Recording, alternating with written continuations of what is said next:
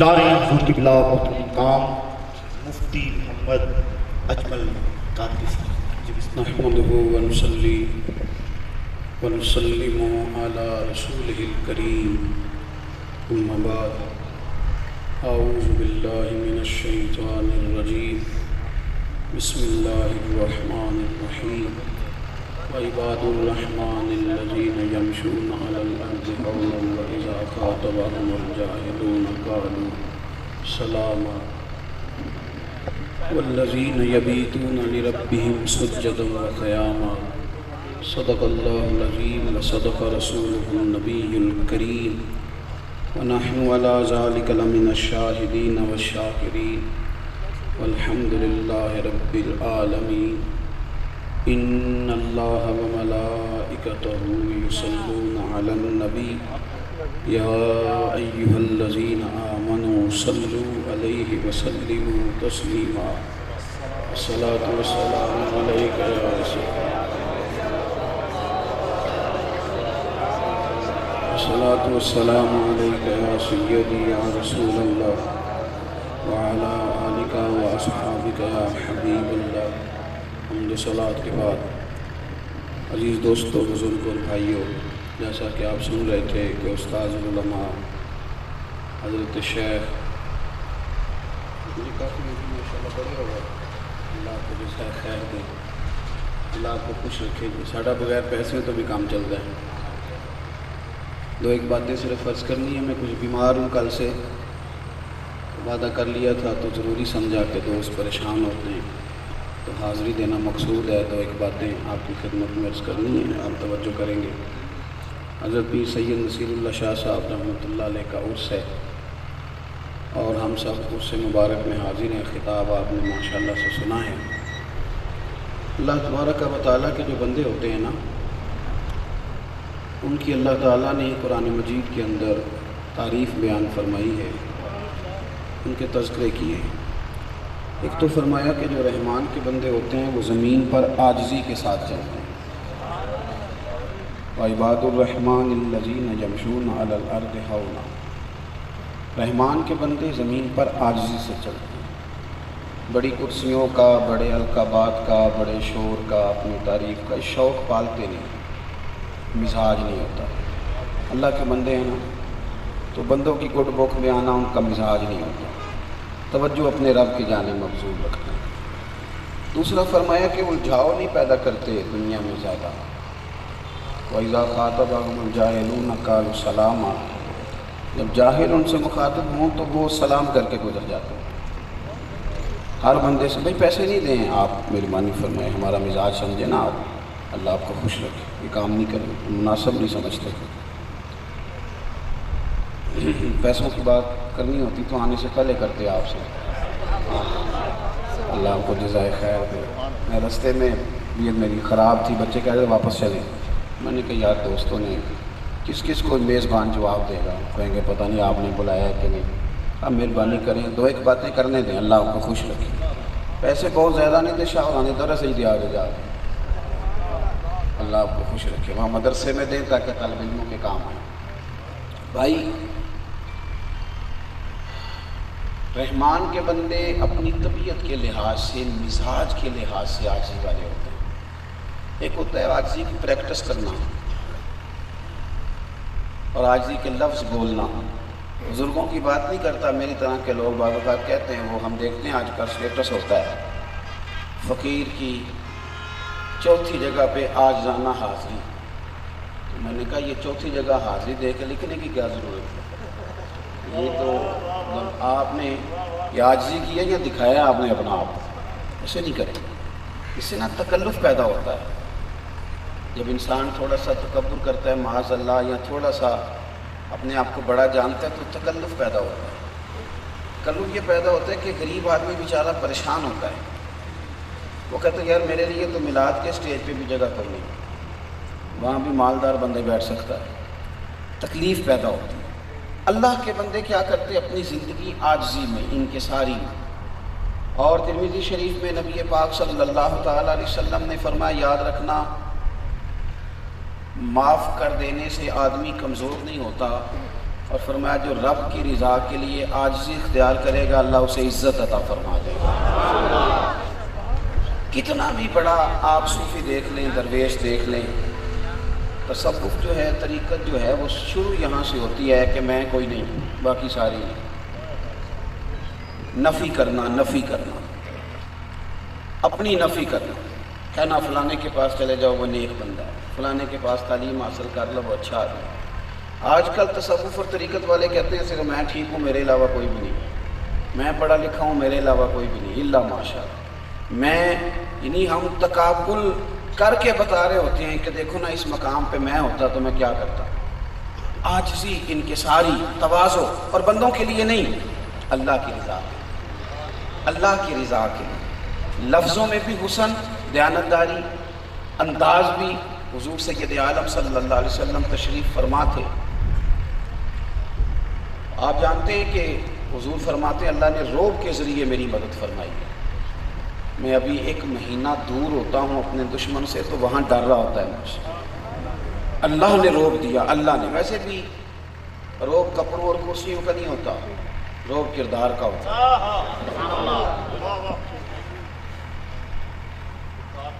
کسی بندے نے بہت مہنگی کوٹھی بنائی ہو نا، بڑے کروڑوں روپے لگا کے، اور پجاروں بھی دروازے پہ کھڑی ہو پر پیسے کرپشن کے ہوں، لوگ دروازے پہ کھڑے ہو کے کہہ دیتے ہیں 2 نمبر طریقے سے بنایا، لیکن بندہ بیچارہ چھوٹا سا ملازم ہو 14ویں 15ویں گریڈ کا، رشوت نہ لیتا ہو، غلط بات نہ کرتا ہو، تو لوگ پتہ کیا کرتے ہیں، اس کے دفتر کے باہر کھڑے ہو کے کہہ رہے ہوتے ہیں بڑے بڑے لوگ کہ یار بندہ کھڑا ہے، نہ کوئی ناجائز سفارش سنتا ہے، نہ یہ رشوت لیتا ہے، باہر کھڑے ہو کے ڈر رہے ہو۔ اس کا مطلب ہے روب کپڑوں پیسوں کا نہیں ہوتا، روب تو کردار کا ہوتا ہے۔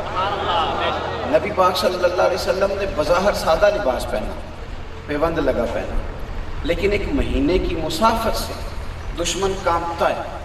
حضرت انس بن مالک رضی اللہ تعالیٰ عنہ فرماتے ہیں، حدیث کی اصل بخاری میں موجود ہے، لیکن قاضی ایاز صاحب رحمۃ اللہ علیہ نے شفا شریف میں بھی اس کو لکھا ہے۔ فرماتے ہیں کہ ایک شخص ملک شام سے کسی علاقے سے حضور سے ملنے آیا، اس نے دیکھا کہ لوگ کانپ رہے ہیں، ہاتھ باندھے کھڑے، اور بڑی عاجزی حضور کے سامنے کر رہے ہیں۔ صحابہ تو یوں بیٹھتے تھے جیسے پرندہ سر پہ بیٹھا ہے، ذرا ہلیں گے تو اڑ جائے۔ اس نے یہ منظر دیکھا تو وہ کانپنے لگا، تو کریم محبوب علیہ السلام نے فرمایا تو ڈرتا کیوں ہے؟ کہنے لگا یا رسول اللہ صلی اللہ علیہ وسلم آپ مدینے کی حکومت کے سربراہ ہیں، میں غریب آدمی ہوں، مجھے آداب نہیں آتے۔ آپ کو پتہ ہے نا سیٹھوں نوابوں کے آداب ہوتے ہیں، اور غریب عقل مند بھی نہیں ہوتا، کیونکہ عقل مند ہونے کے لیے بھی تو پیسوں کی ضرورت ہوتی ہے نا۔ گھر میں گاڑی ہو تو چلانے کا طریقہ بھی آ ہی جاتا ہے، مہنگا موبائل ہو تو اسے بندے کو چلانے کا سلیقہ بھی، جب روزی روٹی کے مسئلہ بنا رہے تو پھر سلیقے کہاں سے آنے؟ اس لیے غریب آدمی اکثر نادان ہوتا ہے لوگوں کی نظر میں۔ غریب آدمی کہنے لگا حضور مجھے آداب نہیں آتے، ڈر رہا ہوں کوئی ایسی بات نہ ہو جائے کہ آپ ناراض ہو جائیں۔ اور پھر اس نے کہا کہ میں بادشاہ کے پاس آیا ہوں۔ حضرت انس کہتے ہیں بات کہاں کی تھی، چلی کہاں گئی؟ حضور تو رونے لگ گئے، کریم تو روئے، اور حضور نے فرمایا نہ بھائی دیکھو بات کہاں کی ہے، پہنچ کہاں گئی؟ فرمایا تو کسی بادشاہ کے پاس نہیں آیا، تو اس بیٹے کے پاس آیا ہے جس کی ماں کھجور کے خشک ٹکڑے کھا کے بھی گزارا کر رہی ہے۔ ایک جگہ ایک روایت میں لفظ ہے گوشت کے خشک ٹکڑے کھا کے بھی گزارا کر لیتی تھی، میں تو غریب ماں کا بیٹا ہوں، کیا کریں، آپ کو کیا بتائیں۔ یہاں تو گاؤں سے آ کر پڑھنے والے بھول ہی گئے ہیں کہ اس کی ماں نے کتنا زیور بیچا تھا، لوگوں کو حیثیت ہی بھول گئی، لوگ کہانیاں سناتے ہو وہ بڑی لمبی باتیں کرتے ہیں، کیا انداز ہے، کس طرح کر کے لوگ بات چھیڑتے ہیں، اور ان کے جملوں کے اندر کیا انداز ہوتا ہے سامنے والے کو نیچا دکھانے۔ اللہ کے بندے عاجزی کے ساتھ، انکساری کے ساتھ، کوئی محسوس نہیں کر سکتا۔ یہ اب ماحول آیا ہے جبوں کا، کبوں کا، لمبے لمبے معاملات کا۔ یہ جو شاہ صاحب جیسے لوگ تھے نا جو چٹانیوں پر بیٹھ کے پڑھاتے تھے، میں ان کا کمرہ دیکھ کے آیا ہوں، یہ لوگ جو تھے نا میں مدرسہ دیکھ کے آیا ہوں، ان لوگوں کو نا اپنے کام سے کام تھا، بلڈنگوں سے کام نہیں تھا، ڈیوٹی کرنے والے لوگ تھے، اپنی ڈیوٹی کی، اسی کسی دے کچھ نہیں جو لگ دے نہ کوئی ساڈا دردی، اپنا کام کیا اور اپنی اذان پڑھی اور رخصت ہو گئے۔ یاد رکھ لیں کہ سب سے پہلے اپنی زندگی کے اندر طریقت اور تصوف شروع ہی اپنی نفی سے ہوتا ہے۔ حضرت باجزید بستامی رحمۃ اللہ علیہ کھڑے تھے تو ایک شخص نے آ کے کہا میں نے حضرت خواجہ شیخ علامہ مفتی باجزید بستامی رحمۃ اللہ علیہ سے ملنا ہے۔ اس نے 2 3 4 القابات کا بوجھ ڈالا نا تو حضرت صاحب رو پڑے، فرمانے لگے یہ جس باجزید کا تو تذکرہ کر رہا ہے میں اسے 30 سالوں سے ڈھونڈ رہا ہوں، اگر تیری ملاقات ہو گئی تو میری بھی کرا دے۔ اقبال کہتے ہیں نا ڈھونڈتا پھرتا ہوں میں اقبال اپنے ہی آپ کو، آپ ہی گویا مسافر آپ ہی منزل ہوں میں، اگر یہ تجھے کہیں ملا تو میری بھی ملاقات کرانا۔ وہ شخص پریشان ہو کے پیچھے ہٹا تو ایک بندے سے کہنے لگا میں نے حضرت خواجہ علامہ شیخ مفتی باجزید بستامی رحمۃ اللہ یا جو بھی الفاظ اس نے کہے ان سے میں نے ملنا ہے۔ تو بندہ کہنے لگا ابھی تو ان سے باتیں کر رہا تھا۔ کہنے لگا وہ تو کہتے ہیں کہ اس باجزید کو میں 30 سالوں سے ڈھونڈ رہا ہوں۔ تو کہنے لگے نہ وہ اپنے آپ کو علامہ مانے، نہ مفتی مانے، نہ خواجہ مانے، جتن جتن ہر کوئی کھیڈے وہ کدی ہارن بھی کھیڈ فقیرا، جتن دا مل کوڈی پیندی ہارن دا مل ہیرا، جتن دا مل کوڈی پیندی ہارن دا مل ہیرا۔ انہوں نے نا جی نہ وہ مانتے ہی نہیں جو تو کہہ رہا ہے۔ تو اپنی زندگی میں سب سے پہلی بات تو یہ کہ آج جی ہمارا یہ مسئلہ ہے کہ خود نہ لوگ اپنے منہ سے بتاتے ہیں، کہتے ہیں میں فلانا ہوتا ہوں۔ تھوڑا سا چلے زمانہ ہم نے بھی دیکھا، زیادہ نہیں، چھوٹا سا دیکھا، دنیا دیکھی، ملک دیکھا، ملک سے باہر بھی کچھ چیزیں دیکھی۔ جو ملا اس نے کارڈ تھمانا ضروری سمجھا، یہ میرا کارڈ ہے، اور جواب میں کہا آپ بھی دے دیں، تو میں نے کہا میں نے تو کبھی چھپوایا ہی نہیں، کبھی نہیں بنوایا۔ ہم سمجھتے ہیں کہ یہ مطلب اس کی کیا حاجت ہے، لوگوں کو دکھائیں یہ میرا نام ہوتا ہے، میں فلانا صاحب ہوتا ہوں۔ اور یہ عوام کے اندر ہمارے اندر یہ ساری چیزیں تیزی سے پیدا ہو، لوگ اپنی فوٹو لگا کے موبائل پہ سارا دن اپنا آپ ہی دیکھتے رہتے ہیں۔ اس طرح تو انسان لگ جائے گا، کمزور ہو جائے گا، کام رہ جائے گا، کام۔ بڑے سارے لوگ تھے جنہوں نے زمانے تک آئینہ نہیں دیکھا، بڑے بن سنور کے نکلے نہیں، کہتے تھے کام کرنا ہے کسی کام میں لگے رہنا۔ ایک بات تو یہ کہ اللہ کے بندے اپنی زندگی آج، اور دوسرا الجھاؤ نہیں، جگہ جگہ جھگڑے نہ پیدا کریں۔ مناظرہ کرنا، مجادلہ کرنا، بحث کرنا، مباحثہ کرنا یہ علماء کا کام ہے، وہ کریں گے۔ ایک آ کے حق کے لیے بات کرنا یہ علماء کا منصب ہے، وہ کریں گے۔ لیکن ہر بندہ چوک میں کھڑا ہو کے مناظرہ کر رہا ہے، ہر بندہ۔ حضرت سعدی کی ایک بات سناتا ہوں، اس کو یاد رکھنا۔ شیخ سعدی فرمایا کرتے تھے 40 علماء بیٹھے ہو نا، قبلہ شاہ صاحب موجود ہیں، استاد العلماء ہیں، پوچھئے گا۔ فرمایا کرتے تھے 40 عالم بیٹھے ہوں ایک دلیل سے چپ کرائے جا سکتے ہیں، لیکن ایک جاہل بیٹھا ہو تو 40 دلیلوں سے بھی چپ نہیں ہوتا، ہے ہی جاہل، اسے پتہ ہی نہیں کہ دلیل دی جا رہی ہے۔ وَإِذَا خَاطَبَهُمُ الْجَاهِلُونَ قَالُوا، تو جاہلوں کو آپ کتنی کو دلیلیں دیں گے جو بندہ ہی جاہل ہے۔ تو آپ جاہل سے مناظرہ کر رہے ہیں، جاہل سے بحث کر رہے ہیں۔ مولانا رومی رحمۃ اللہ علیہ کہتے ہیں گدھے گھوڑے کی بحث ہو گئی تھی، تو گھوڑا کہتا تھا کہ آسمان کا رنگ نیلا ہے، تو گدھا کہتا تھا کالا ہے۔ ویسے کون سا رنگ ہوتا ہے آسمان کا؟ کمال ہو گئی، کمال ہو گئی، نیلا ہی ہوتا ہے یار۔ میری جماعت کا مسئلہ یہ ہے کہ ان سے جو بھی کوئی بندہ سوال پوچھے یہ جواب میں کہتا ہے میں تو ایٹا پڑھے ہی نہیں بھائی، یہ کل سبق پکا پڑا ہوا ہے۔ حالانکہ اتنی محفلوں میں جاتے جمعے پڑھتے ہیں، یاد نہیں رکھتے، یاد رکھا کریں گے تو یہ کہنا نہیں پڑے گا آسمان کا رنگ کیا ہوتا ہے، دیکھ کے دس دو پانی ہوتے ہی جیسے نیلا ہوتا ہے نا۔ گھوڑا کہتا تھا آسمان کا رنگ نیلا ہے، گدھا کہتا تھا۔ بحث ہو گئی، کئی گھنٹے بحث چلی۔ یہ جو بحثیں ہوتی ہیں یہ اختلاف شدت اختیار کر جاتا ہے، پھر ایک وقت ایسا آتا ہے کہ لوگ سخت جملوں کا تبادلہ کرتے ہیں۔ بات تیز ہو گئی تو کسی نے مشورہ دیا یار بادشاہ سلامت شیر جو ہے فیصلہ کرا لو۔ شیر کے پاس چلے گئے، اسے جا کر سمجھانے کے لیے مثال دیتے ہیں، وَتِلْكَ الْأَمْثَالُ نَضْرِبُهَا لِلنَّاسِ، لوگوں کو سمجھانے کے لیے مثالیں دی جاتی ہیں۔ فرماتے ہیں وہ شیر کے پاس مقدمہ چلا گیا، دونوں کی بات سنی۔ وہ شیر کہنے لگا گھوڑے سے کہ بات تیری ٹھیک ہے، اس کی بات غلط ہے، پر تجھے عمر قید کی سزا ہے۔ کس کو؟ جس کی بات ٹھیک ہے۔ اس نے کہا صاحب بات میری ٹھیک ہے، سزا بھی مجھے۔ اس نے کہا سزا اس بات کی نہیں کہ بات ٹھیک ہے غلط ہے، سزا اس بات کی ہے کہ تو نے گدھے سی بحث شروع کر دی ہے، تیرا کیا کیا جائے؟ وہ عجیب آدمی ہے، ہر جاہل سے، ہر بیوقوف سے، ہر ایک سے بات کریں گے، جس کا دل کرے اٹھ کے آ جائے۔ اور ہمارے لوگ بڑے سیانے آ کے لے کے آ جاتے ہیں، دیکھو جی یہ مولوی کیا کہہ رہا ہے، جواب دیں۔ تو میں کہتا ہوں ہر بندے کا سٹیٹس نہیں اسے جواب دیا جاتا، وہ جاہل ہے ان کو تو سلوٹ کرنے کا حکم، آپ ہر بندے کو جواب دینے کی بات کر رہے ہیں، ان آنکھوں کے سے بڑے نو لے کے آ گئے، کیا بات کر رہے ہیں؟ تو اس لیے ان لوگوں نے الجھاؤ نہیں ملی۔ اگر الجھ جاتے نا جہاں ہم الجھے ہوئے ہیں، ہم رشتہ داروں کی لڑائیوں میں الجھ گئے، محلے کی لڑائیوں میں الجھ گئے، چھوٹی چھوٹی ہماری سیاست ہے گلی محلے کی، اس میں ہم الجھ جاتے ہیں، کام رہ جاتا ہے۔ اللہ کے بندے الجھا نہیں کرتے، آگے گزرتے، آگے بڑھتے، کام کرتے۔ اگر وہ الجھ جاتے، آپ خاندانوں کی ساری لڑائیاں دیکھ لیں، نکال لیں، اس کے پیچھے کوئی بات نہیں ہوتی، صرف اتنا ہی ہوتا ہے کہ فلاں موقع پہ انہوں نے مجھ سے پوچھا کوئی نہیں، اس سے زیادہ کوئی لڑائی نہیں۔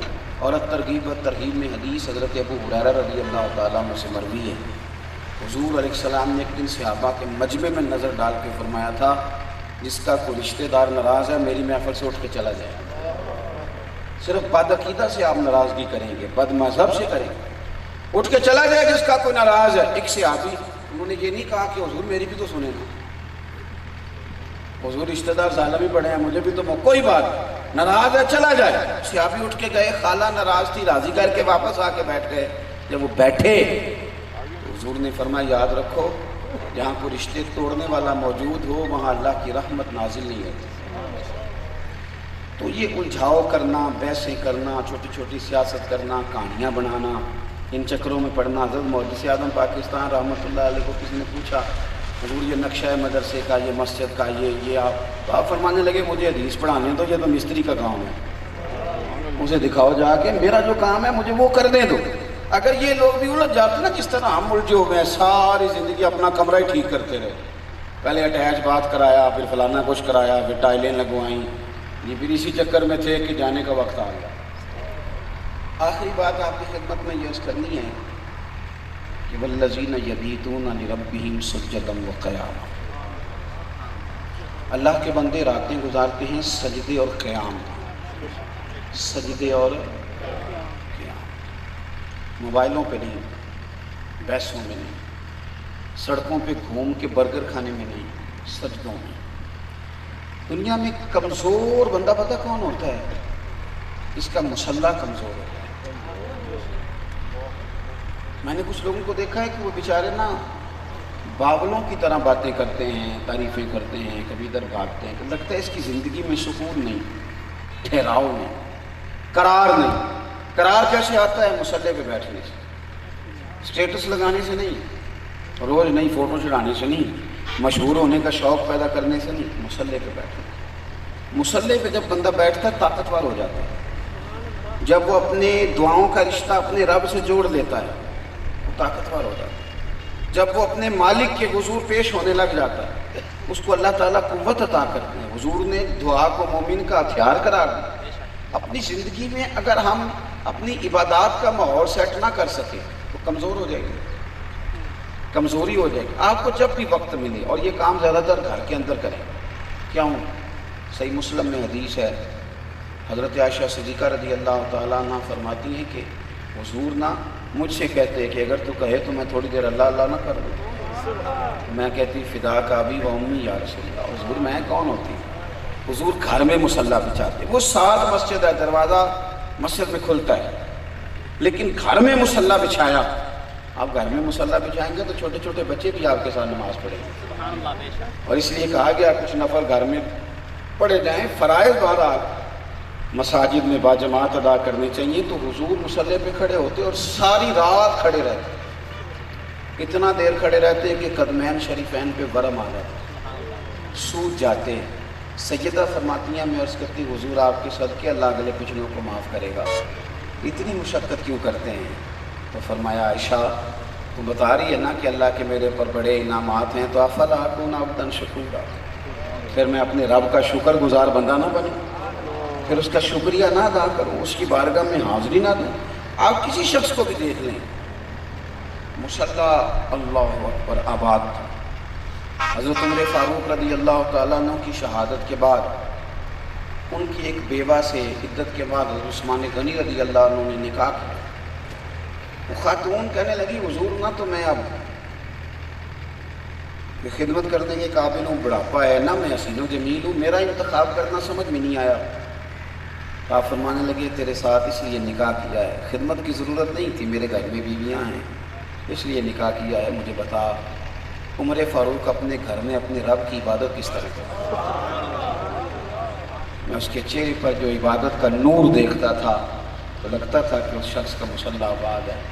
اس طرح کر کے مالک کو یاد کرتے تو مجھے بتا حضرت عثمان غنی جیسے مصروف آدمی نے بھی، لاکھوں مربع میل کی حکومت ہے، ڈیوٹیاں ہیں، اور یارو وقت نکالنا ہو تو نکل جاتا ہے۔ اتنا بڑا مصروف آدمی لیکن روزانہ 2 رکعتوں میں پورا قرآن پاک ختم فرمایا۔ تو یہ 3 گزارشات میں نے آپ کی خدمت میں عرض کی ہیں، بات ختم کرتا ہوں، اپنی بات کو دہراتا ہوں۔ ایک تو زندگی میں اگر ہم اونچا اڑنے کی کوشش کریں گے تو بہت سارے لوگ دب جائیں گے، ان کو تکلیف ہوگی، کئی دفعہ بڑے بن جاتے ہیں تو پھر ہمارے اپنے ہمیں ڈھونڈتے ہی رہ جاتے ہیں۔ عاجزی والی زندگی گزاریں، الجھاؤ سے بچیں، الجھاؤ برا ہے۔ آپ دین کی بات ضرور کریں لیکن اپنوں سے تو نہ الجھیں، کسی جگہ رکنا سیکھیں، ٹھہرنا سیکھیں۔ اور تیسری گزارش یہ کی کہ اپنی عبادات کا معاملہ، نوافل کا معاملہ، نماز کی پابندی، وظائف، اللہ اس پر خوب توجہ دیں۔ کوئی خطیب اگر آج ہمیں سنائے نا کہ سبحان اللہ کہنے کے اتنے فضائل ہے تو یہ نقطے والی تقریر نہیں ہوتی۔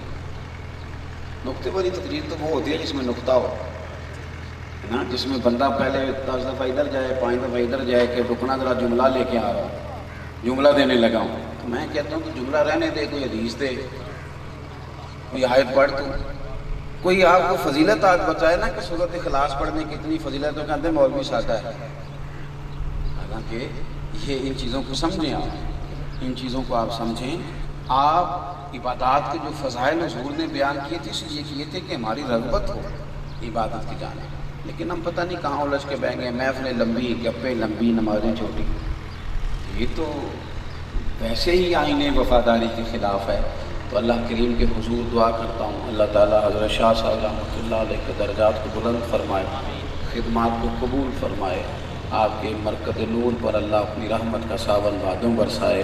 اللہ تعالیٰ قیامت کی عزتوں سے، مرتبوں سے، بلندیوں سے انہیں سرفراز فرمائے، ہمیں اپنے بزرگوں کے فیض سے فیض یاب کرے۔ آخر دعوانا الحمدللہ۔